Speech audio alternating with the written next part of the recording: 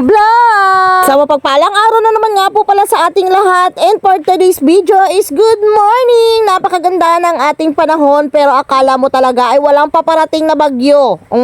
Pero kahit ganyan yung panahon, hindi kami pwedeng magpakakampante. Kagaya na nga lang ito ng aking leki-leki, talaga naman hindi na nagtatabasan. Uy, parang binabagyo na rin nga yung aking leki-leki. Anyways, for today's video is magluluto tayo ng agahan. Ito nga pala ang longganisa, ay nilaga ko na nga pala yung kagabi dahil baon nga sana yan ng aking mga estudyante, kaso wala nga pasok for today's video. At sabi ko nga kay Aljun ay mag-harvest na rin nga siya ng talong para naman merong pandagdag dito sa aming ulam, dahil nga kako sayang naman baka tumigas na naman yung mga talong. Huy, anong talong yan? Ba't tumitigas? Ang ganda nga ng aming bunga ng talong ngayon ulit. Paano ba naman? Every other day na naman nga ang aking ani, kaya heto, thanks God na naman tayo dahil talaga naman nakalibre na naman tayo ng pang-ulam. Bale, piprituhin ko nga lang pala itong ating talong, tapos gagawa na lang ako ng sausawan na toyo sa kalamansi. O, diba? Ano daw toyo sa kalamansi? Anyways, ito, at piniprito ko na nga pala yung aking mga nakuhang talong. Esta si Aljun pala. Sobrang dami niya, day. O, diba? Napakasarap na naman ang aming agahan at talaga namang mapaparami na naman ang kain ng mama nyo, kaya wag ka na mag-isip na mag-diet. Talagang yan na yan katawan mo. Wag mo nang dagdagan yung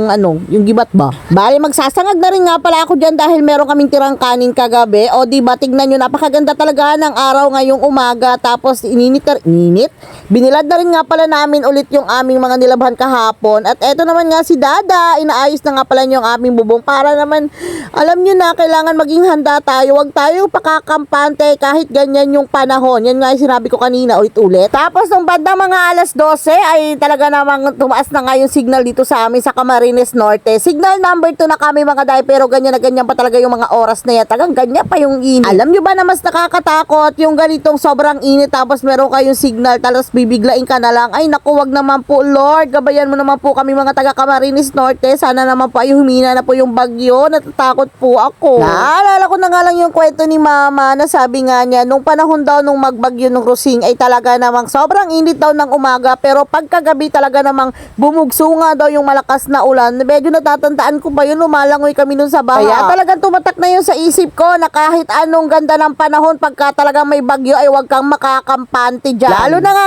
ngayon ako isang nanay na ay talaga naman ang isip ko, hindi ko na alam kung anong uunahin ko. Babalutin ko na ba yung mga TV? Mga TV, isa lang yung TV mo. I mean yung mga gamit ba? Kaso wala naman kami plastic dito. Sana nga naman ay wag malakas ang hangin dahil yun talagang kinakatakot ko dahil nasa open area kami, and syempre mataas nga pala itong aming pinagkakatayuan ng bahay dito sa farm. Pero nung nasa Mokong naman kami, ang pinakatatakot ko naman ay yung baha dahil talagang bumabaha talaga doon sa Mokong. Dito naman nga ay yung hangin. Diyos ko dahil kahit saan na lang talaga pumunta. Anyways, wala tayo magagawa, talagang nangyayari yan. Ang mahalaga ay wag tayo makakalimot na magdasal sa nasa taas dahil siya lang talaga ang tanging makakaprotekta sa atin sa ganitong klaseng kalamidad. At ayan, natapos na rin nga pala ako sa pagluluto. Balik tayo dito sa aking video at nagkain na nga rin nga pala kami dyan. Nauna na nga pala kami dahil sila Dada nga ay hindi pa tapos. At ito nga sila Tita Rain ay pupunta nga pala sila kila Mama to. Kaya eto, nauna talaga kaming kumain para maihatid ko na rin nga sila. At eto, kasama ko nga pala ang baby Storm dahil naawa talaga ako.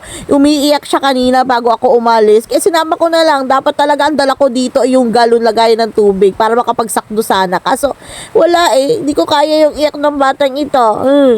Come here.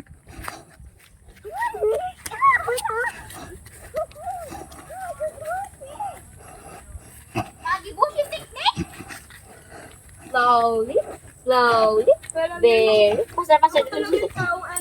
Di ba dun sa may bahay na walang nakatira? Slowly. Dilim ba? Wala dun ilong. Si Aljun nga takot dun. Dire-diretso na ako. Nasabi ako, Diyos ko, Jesus name, Jesus name. Ako din. Jesus name, Jesus Maria Joseph. Kahit nagtatanog na ano, na ano,